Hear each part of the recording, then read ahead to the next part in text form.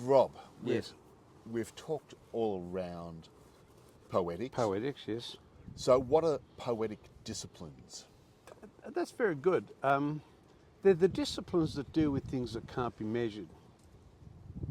Art, music, dance, aesthetics, poetry,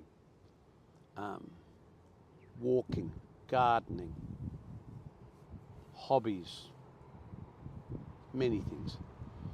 They all involve a sense of discipline, and the word discipline, the roots of the word from discipline come from the idea of the student or learning.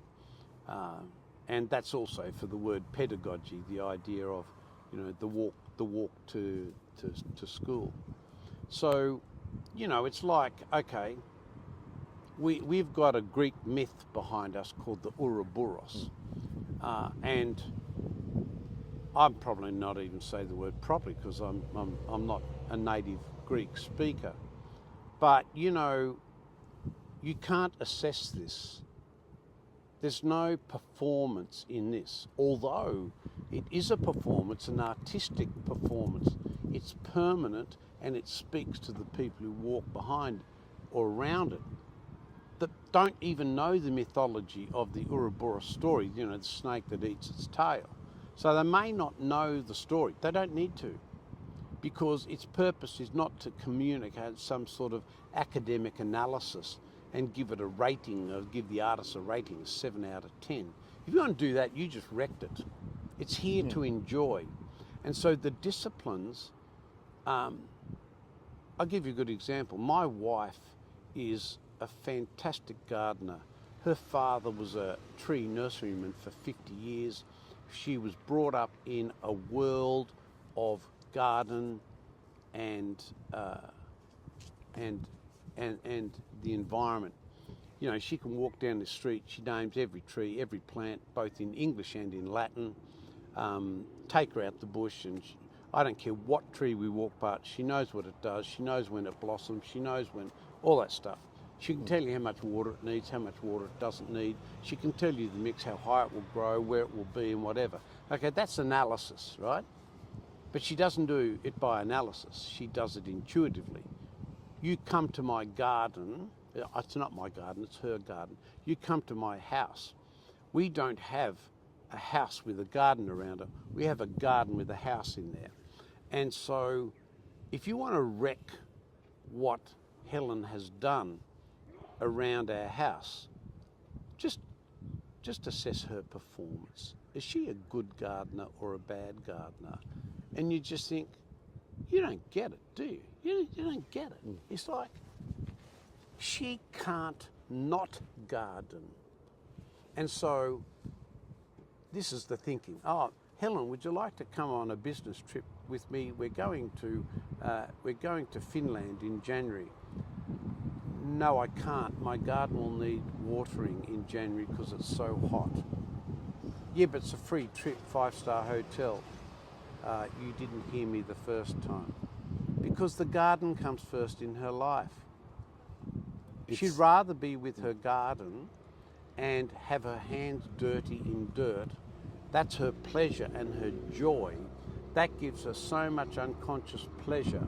To have a pair of snips in her hand and to be pruning during winter, that's her joy. That's as good as me playing the guitar and enjoying the beauty of the sound. Yep. And so poetic disciplines are connected to poetic practices. And this is where transdisciplinarity is terribly important, because if we just run our lives around the performance measurement disciplines, STEM, science, technology, engineering, maths, you can live the world without being in the world. You can see the world as something to manipulate rather than something to be in. And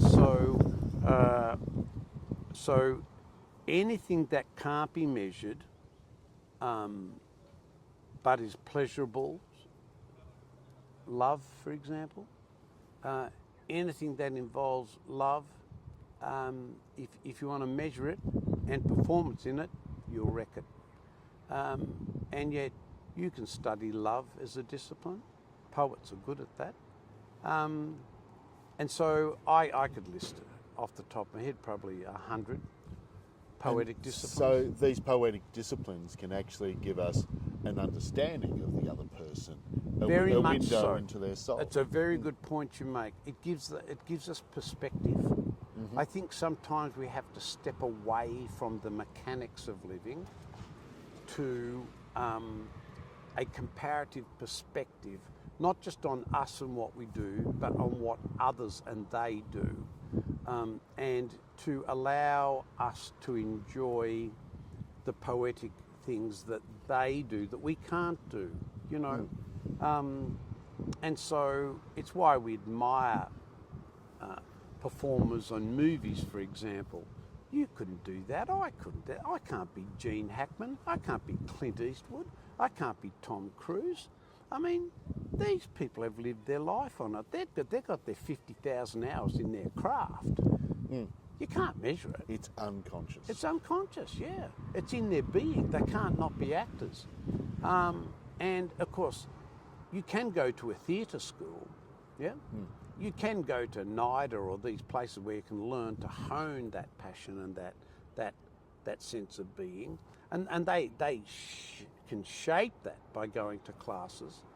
But you could send me to the same class for 50 years and I won't be a good actor, because it's that unconscious drive and energy which can't be measured and we don't even know where it comes from. You know, why does someone choose to be a surgeon and the next person chooses to be a lawyer? They don't know. Great. That is, I think that really brings that together well. Okay.